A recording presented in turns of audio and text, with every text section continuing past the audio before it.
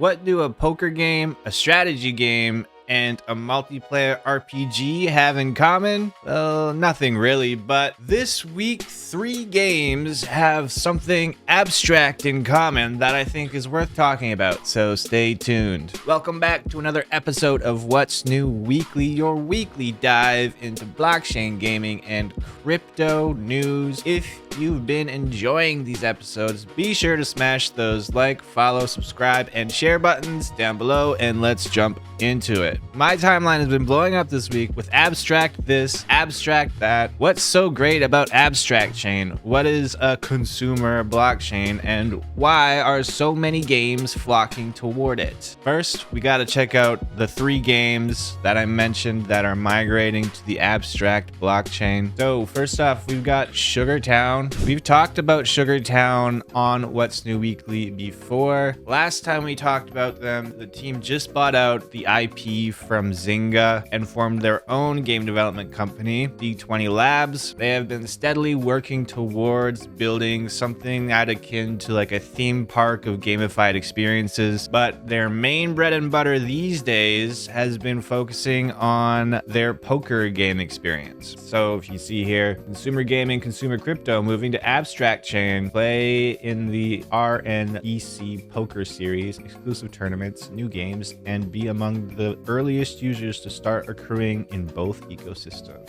Sugartown these days, you get these auras. They're about $400 a pop to be able to get one on OpenSea, and it's pretty much just poker, right? Like you see here, typical sort of poker setup. People got their auras and they gambling. So that's their main bread and butter these days. If you go to their website, it's a completely walled off garden. You need a $400 NFT just to be able to enter their website. If you connect your wallet and you don't have an NFT, it just says get an NFT or you can't come in. So, okay, hard to really say exactly what's going on behind the scenes here with Sugartown, but I've been hearing good things about the poker and stuff like that. It seems like a lot of people are enjoying what they're doing over there. As of right now, their Aura NFTs are on ETH. So the question I have is, will they be migrating their NFTs onto the abstract blockchain, or is there something else? Like, are they gonna have like a currency that's on the abstract blockchain? I don't know, but I assume hopefully maybe they will be, because layer 2, cheaper fees, easier to use your NFTs. So that's the first game. On the next game we have is called Duper, and their X bio says poker meets Settlers of Catan with diplomacy, 5-player free-for-all strategy game, play and make real money, coming to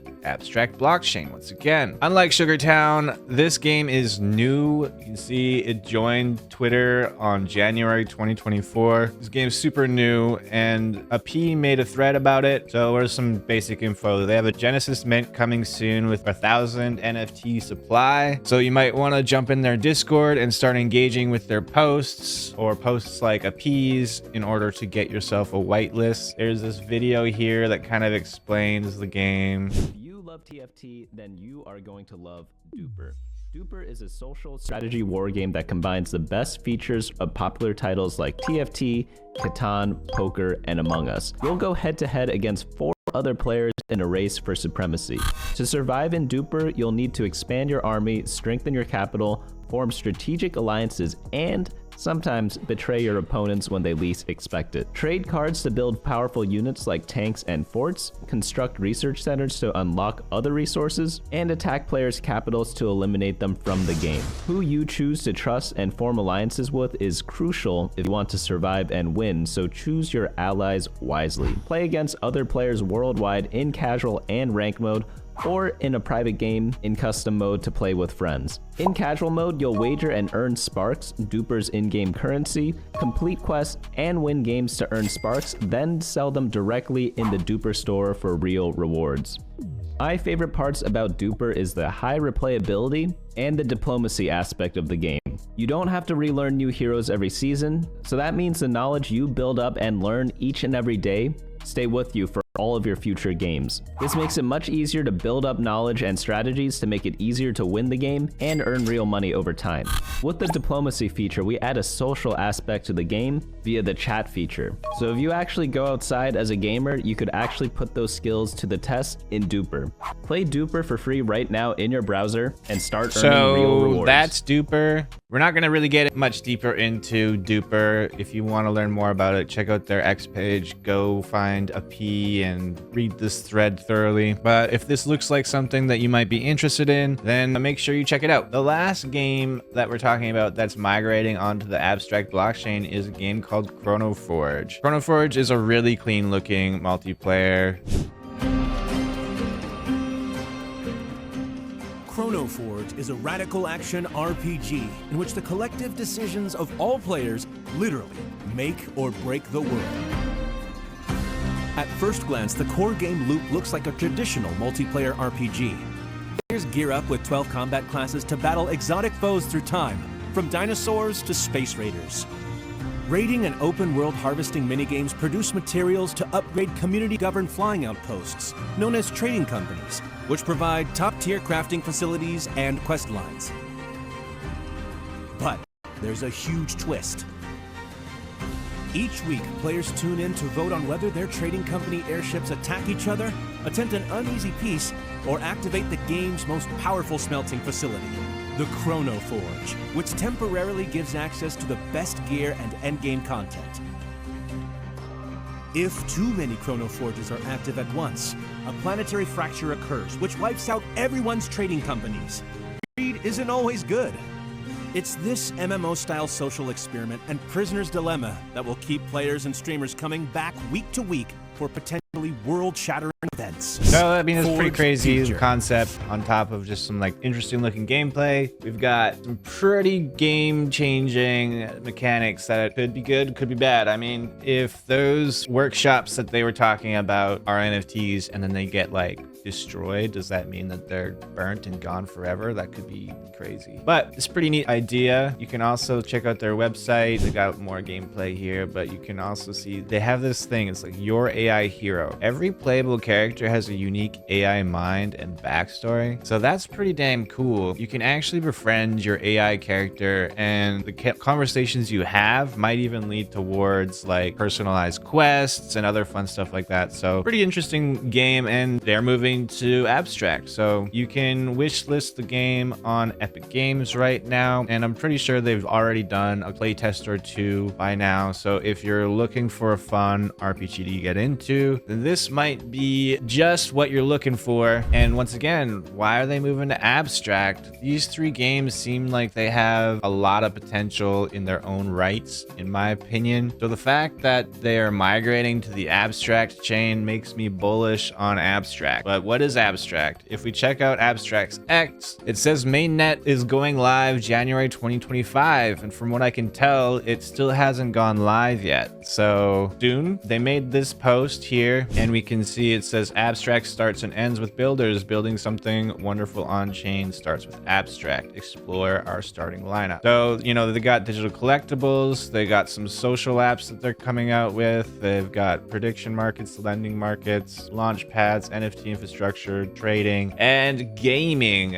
right? So we can see we got ChronoForge on there, but what else is on here? We can see Pudgy World, Pudgy Penguins game that they're coming out with has also been a pretty big deal in the space lately. So the fact that Pudgy's going on abstract also makes me curious. If you go to Abstract's website, don't get a whole lot of information here. Build something wonderful on chain, join the waitlist. If you do that, guess what? It's not gonna work. I don't know what that's all about, but they have blog, and then here's a blog post that they made that's like, what is consumer crypto? Because that's this whole abstract blockchains kind of thing. If we look back at Sugartown, consumer gaming, consumer crypto. Okay, so it's definitely supposed to mean something, but is consumer gaming or consumer crypto just another buzzword? Yeah, this blog post is pretty long. I still don't really get what they really mean by consumer crypto, but this is what I've been able to to glean from this blog article. I'm not going to go through the whole thing because it's quite long, but we'll paraphrase it. They define consumer crypto as the adoption of blockchain-powered applications that serve billions of people in their everyday lives for personal use. So, in other words, it's just a buzzword for everything that an everyday person would use on the blockchain. But how is this different from a blockchain like Solana? It's not really, but the difference is that it comes down to the approach, right? So they say, like, if you look at this graphic, general purpose blockchain just tries to do everything and solve all the problems all at the same time, whereas the consumer specific blockchain abstract is only really focusing on solving a small set of problems to start to build virality and mainstream adoption. So the goal is that they're planning on putting all their time, energy, and resources on the things that an everyday person would most regularly use first, like games, social media, gambling, collectibles, etc. And as far as I can tell, they haven't launched a token yet either. Like if you go to CoinMarketCap and you look at abstract, the only thing you can see is this, and I don't think this is real. I think this is just some sort of fake coin. So no token yet. But if the games and apps that launch on this blockchain succeed, I can see them easily contending with blockchains like Immutable and Arbitrum and Base, etc. So with so many games interested in abstract, I think it's important for us all to at least have a little bit of an eye on this L2, keep it on our radars, especially if they're going to be dropping a token. Their main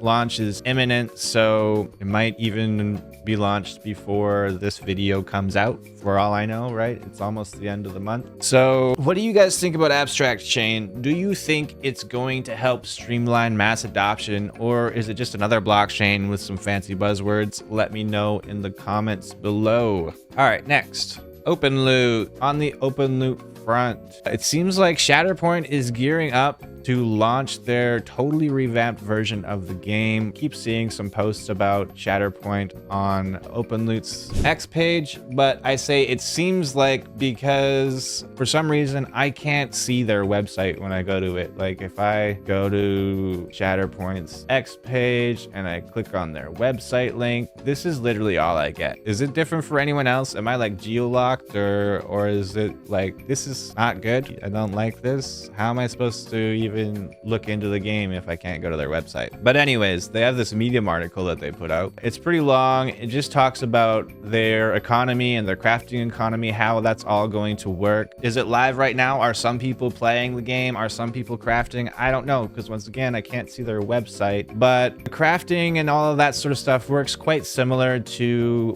Big Time and World Shards. So if you're pretty familiar in the openloot ecosystem, then this would be pretty easy for you to pick up. There won't be very many surprises, so I'm not going to really get into the nitty gritty of it. But we can see in this graphic down here, join the adventure today, coming soon on Apple App Store and Google Play Store. So this will be the first mobile game that is coming, joining the ranks of openloot games, and that's got me pretty excited because I do think that openloot does need a more variety of different types of games. So let's watch this quick video though of what Shatterpoint's all about.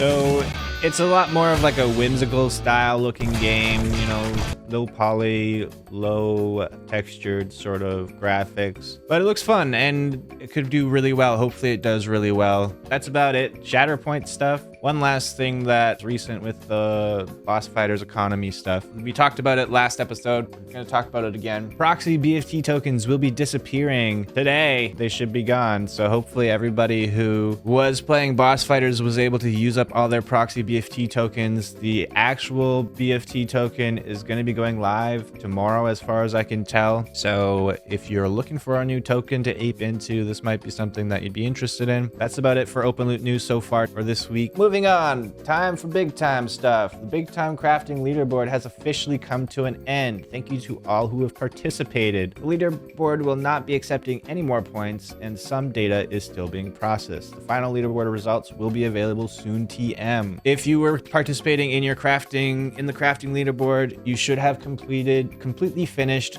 all your crafting of all your items by January 20th at 1800 UTC or 10 a.m. PST. I personally woke up early on Monday and ran a couple prestiges and made sure that I had enough tokens in order to finish the last batch of crafts. That last batch of crafts managed to bring me all the way up to 70th place, which was pretty epic because I had been stuck in about 130th place pretty much for the whole crafting leaderboard. My initial goal was to be in the top 50, but 70th place will have to do. Pretty happy with that final result. But that being said, these aren't really the final results. So we still have to wait and see what Big Time's final audit will suss out for the final placements. Hopefully my placement stays the same or gets better. Same thing for the PvP leaderboard. We're still waiting on them to complete the audit for the PvP leaderboard to get the very final results. But did you participate in the crafting leaderboard? If so, let me know how that went for you in the comments down below. Did I beat you or did you beat me? Let me know. Final topic, crypto. Crypto has been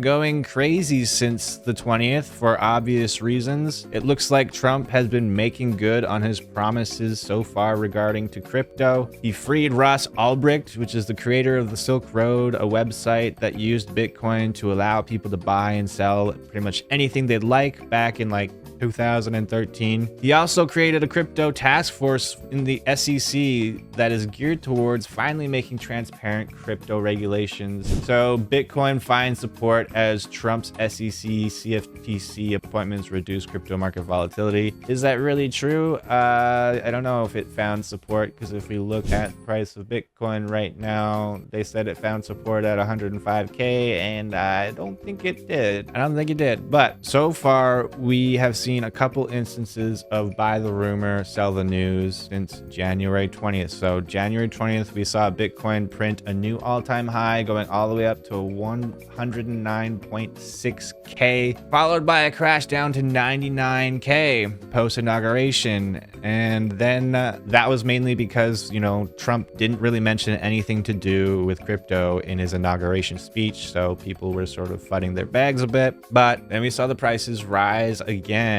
as anticipation for Trump to make good on his promises builds up. The announcement of the SEC task force happened today, and we'll see we went up to 170K just earlier today until like last night. And with that news, we've seen it crash once again down to 102K. But we still have a ways to go. We haven't had any confirmation yet regarding the Bitcoin Strategic Federal Reserve. But I do think that if he follows through with this promise, it might be so bullish that we see prices skyrocket to new heights. I'm not even sure if we'll see a buy the rumor, sell the news instance there, because it'll just be so bullish. But it could happen. We could see crypto, Bitcoin, go back up close to all-time highs in anticipation for this news coming out over the next week. With that news coming out, we could see the prices dump quickly and skyrocket back up. It would be extra bullish if Bitcoin isn't the only crypto that is chosen to act as a strategic Federal Reserve. So like if